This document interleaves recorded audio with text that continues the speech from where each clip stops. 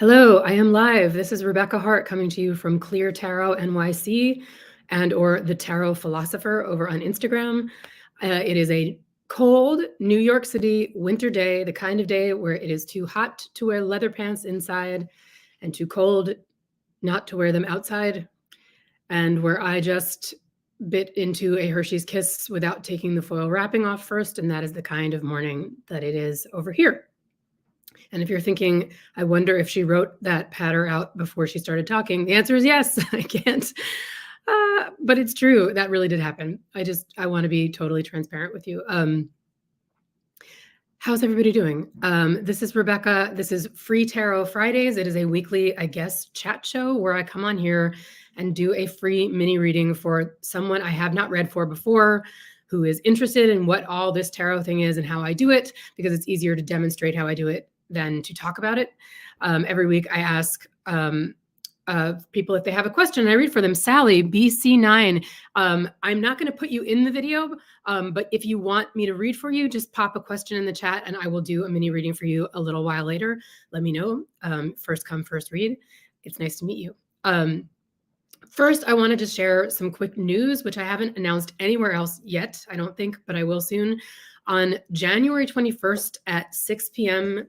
Eastern, I am going to be part of the StarCon Hybrid Tarot and Metaphysical National Conference that's taking place in Florida, but also everywhere online. I'm going to be a panelist. I'm going to be doing 20 minutes of material from my one-woman show, How to Read Tarot Cards, a play. And then I'm going to be interviewed, I guess, answering questions about my experience with the cards, my life in the tarot, how I see it, how I do it, all that stuff. Sally, thank you for your question. Sally says, thank you for recognizing me, and will I find true love soon? A popular question. And so my spiel to you, as I give to everybody, is that I am not a psychic. I'm not a fortune teller. I've been reading tarot for over 20 years. I think it has a lot to say to us. And that, as you probably know, if you've ever seen a tarot deck before, and if you haven't, there are no cards that say yes, no, in 6 months, come back later. It's not a magic 8-ball. I think it's actually more useful than that. So I will put your question. Thank you for being brave and asking it and being vulnerable, because everybody wants to know this, right? I'll put your question to the cards and then we'll see what the cards say. So I'm just going to talk for a couple of minutes and then we'll start throwing cards for Sally, BC9. Sorry to squint. I just didn't feel like wearing my glasses in the live stream. Hello, Facebook and YouTube over here. Hello, Instagram over here. My name is Rebecca. And I just want to talk about one thing because it came up this week. A good friend and regular tarot client of mine, trying to think of a nicer word than client, readee. Send me your suggestions. I really want them because it's really bugging me. And she texted me, hi, Mike, thanks for tuning in. And said, I just pulled a card this morning about something, and I pulled the 4 of Cups upside down, and that seems like it might be bad. And is it really like, she didn't say bad, but is it an unhappy thing, or can I be more hopeful about it? And I was so glad that she asked me that question, because it gave me a chance to share 2 things about my personal philosophy of the tarot. One being that there is no such thing as a good card or a bad card. Everything is context. Everything's up to you.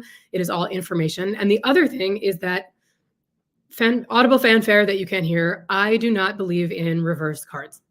So there's many reasons for that. I am a very traditional tarot card reader in lots of ways. This is a very traditional thing that I just don't find useful. And I tried, believe me, I've been reading cards for 20 plus, I think, years. I tried to make this work, and I eventually had to kind of face the fact that for me, it didn't seem to hold water. If it does for you, great, because the whole point of this stuff is to wake up our wisdom and our intuition. Personally, the magic is here. I like to say the cards are not magic, you are. For me, I think, especially for budding tarot enthusiasts and students, I say it doesn't help us. And I want to just say a little bit about why. So this is the card she was talking about, the 4 of Cups. This is what it is. I'm not going to talk about what it means right now, because that's a whole other segment. To be really glib about it, why don't I believe in reverse cards? I will just answer that question with a question and say, if you stand on your head, are you still you? Or are you a completely different person? Are you still you, or are you a completely different person who is somehow the opposite of the person you were when you were standing up? No, of course not, right? For those who don't know what I'm talking about, when I say reverse cards, there's a very traditional move in tarot that when you deal a card and it comes up face up, it has one meaning, and that when you deal it and should it come up facing you like this, it has a different, usually opposite meaning. And the other thing that I'm going to say that's a little glib and obnoxious is that one man's upside down card is another man's I am sitting across the table from you and it looks like this to me. So I pulled the Four of Cups upside down. If I walk around the table and sit down again, it's right side up again. But you know what doesn't change? The fact that it is the Four of Cups. And so I'd like to say, let's just stay with that card. Because another thing I want to say is the tarot is an art. It is a folk art. It was made by people, we don't know who they were. I certainly don't. And remade again, and continues to be remade by artists and thinkers and tarot philosophers over the years. Like all arts, its point is that it makes an outside representation of what's going on inside us. And it is very good art. It is brilliant enough and observant enough and resonant enough to have lasted this long and been used by so many people, including me and you and all of us who are watching this later. Hi, people watching this later. I think these 78 cards are incredibly eloquent. I think every single card in this deck is there for a reason. I think it represents pretty much the gamut of human experience, which is another thing we could go on and on about. Tune on to StarCon on January 21st at 6 p.m. I will be doing part of my show. I'll talk about that. I don't think we need to turn them upside down to get a different meaning. I think there's plenty of cards that can show the darker or more difficult sides of human experience and plenty of cards that can show the bright and wonderful sides. We don't need to say, we have plenty of cards that can show darkness, right? We don't need upside down sun to get the point across. Also, look at this beautiful, bright card full of good vibes. I know there's no good or bad cards, but like, you know, good feelings. There's such a thing as good or bad feelings, right? Like this is a fun experience. It's bright. That you can't, I'm not looking at this and saying, I see the opposite of that. I don't feel the opposite of that. Same thing with this, a card that I've grown to love and that we all come into contact with once in a while, the Three of Swords. Doesn't feel too much different when you flip it upside down. You're not going to convince me that this suddenly means not pain. You know what I mean? All right, that's enough of me talking because I have someone who wants a question answered. And so this reading is going out to Sally BC9, who I hope is still here after all of that, but at least she's helping me have something to do on my live stream and not just sit here talking about my thoughts. So if you're just tuning in, hello and welcome. I'm Rebecca. My company is called Clear Tarot NYC. You can find me at cleartarotnyc.com. You can also find me on Instagram at The Tarot Philosopher. If you watch what happens, if you're just intrigued and you want me to read for you, I would be thrilled. You can book readings with me through my website or just reach out to me anywhere and say, Rebecca, I want to book readings. There is a discounted 3 reading package if you know you want to come back more often. But this is for Sally, who I've never read for before, and she wants to know, who doesn't, about will I find true love? And I also resonate with that qualifier, right? It's not just any love, it's real love. It's not, I hear in that question also the desire to know the difference, right? Like, please stop letting me fall for the wrong version, the fake version, you know, the version that turns out to just be like a bunch of chemicals, you know, but isn't what love is, isn't the verb, the actual doing and the lasting series of actions that we know love can be.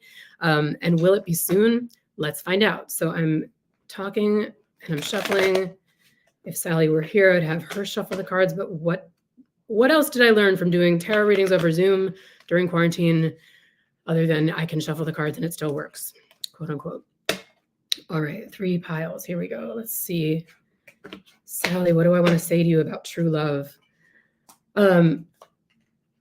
Well, I think soon is not a word I'm going to use for this, but I think there's nothing wrong with that. I think, you know, like anything that's worth having, it's worth waiting for. But I want to say, like, for one thing, if you were here right now, I'd be like, put your attention on this final card. So like the final card, the final outcome, the big answer is this beautiful Queen of Cups. And this is a woman who is not only has love in her life, but knows what love means, is aware of her own feelings, has a little more control maybe over her emotional life or her like the way she expresses her emotions than you do right now. There's a maturity. This is a person with who is focused on their emotions and their relationships in a really great way, in a very healthy way, and puts them at the center of her life. And I think that's something that you will always do. You will always be a person who puts giving and receiving, the quality of relationships, ahead of everything else, which is where your particular wisdom comes from. There's a big heart here. And so we're heading into a place of maturity down the road where you really have all you need in terms of love. I think I want to say two things to you, because the first couple things that came up were my friend, the Two of Swords, and my friend, the Hanged Man, right? So I think, there's a lot of passion. You've got to you're definitely you're this cupsy person who is about relationships, but you also I hear longing and impatience in the question, is it going to happen soon?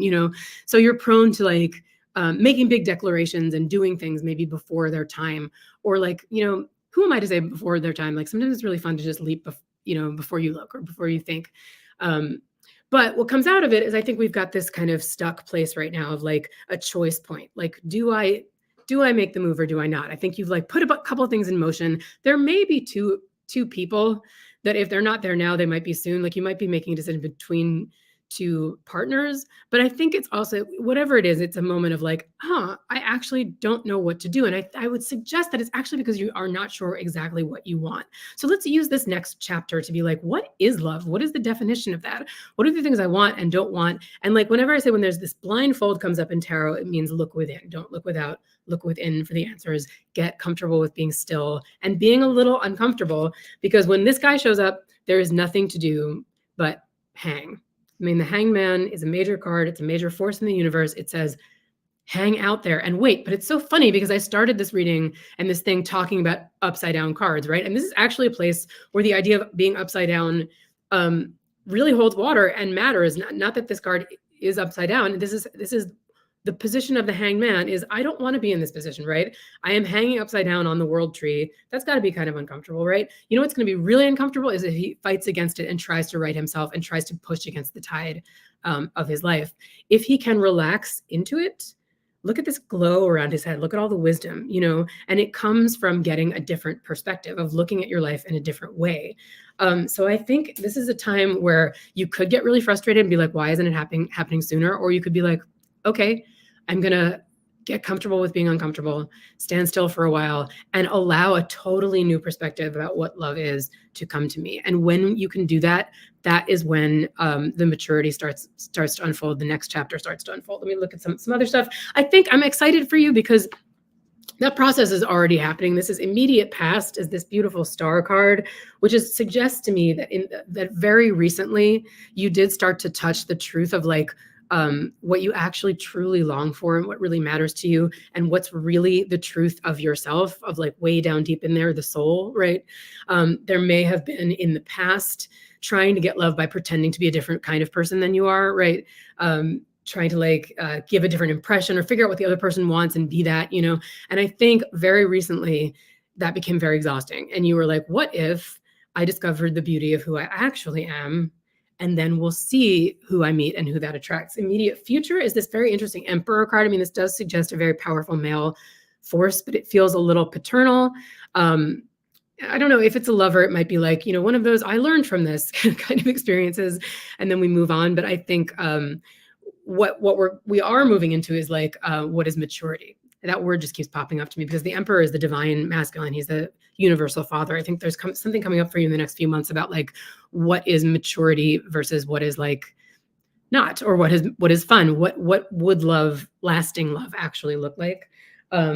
You're still also getting over something. This Five of Swords is you picking up the pieces after the battle, being okay, now what? And it's in your nature to be I'm going to get over it by jumping into the next thing. And I'm just going to say, I don't think so. I think that's going to keep you stuck. Let's just acknowledge that you're still kind of picking up the pieces and shaking your head and being whoa, and I say this also because you, as you are to this Ace of Wands in the card that means you as you are to your environment, is there's a lot of juice there. You're very compelling. You're very funny. You're very bright. This Ace of Wands is lots of good ideas. And so you're going to attract people and keep attracting them no matter what. So it's up to you to kind of start being discerning, because if the question was am I going to find love soon? I'd be yeah, you'll find some love, but true love has to do with what is your truth? What is true for you? And I don't think you actually know what that is yet. I think there's also, I'm just going to flag this in hopes and fears, Temperance, this beautiful card of balance and peace and harmony, which is Also, again, I think an aspect of a mature relationship, not that mature relationships are always beautiful, balanced, and peaceful. Don't hear that from what I'm saying, but there's a kind of general sense of health and sustainability. And I think there's still a little bit of fear in you that if it's peaceful, it's not real, that it needs to be like really exciting. I really relate to this. Like it has to be exciting and dramatic to be true passionate love. And so there's a fear of like finding the real thing that lasts because there's a fear that you'll get bored, but there's also such a longing for this piece and for this landing spot. So you're just in a little bit of like an argument with yourself. There's like two sides that are trying to like get to know each other. And I say like, let's accept and let until these two sides start to work together. Let's just like be in this place and know that it is coming. It is coming in the next chapter, right? It's not coming soon, but it's coming at the end of all of this. Is the Queen of Cups, the woman who is like, I have love in my life and it's in the right proportion to the rest of my relationships. So I hope that was all useful for you, Sally BC9. If you want to talk to me again or more about this or get a more in-depth reading, you can find me here at the Tarot Philosopher. Just send me a direct message, or anybody can book readings with me at cleartarotnyc.com. You can sign up on my mailing list there also so that I can send you a link for the January 21st appearance on StarCon, and you can watch me do part of my show, How to Read Tarot Cards, a play. Otherwise, you guys, thanks for being here. This is my favorite thing to do. Thank you for letting me read for you and talk to you, and I will see you next week on Free Tarot Fridays.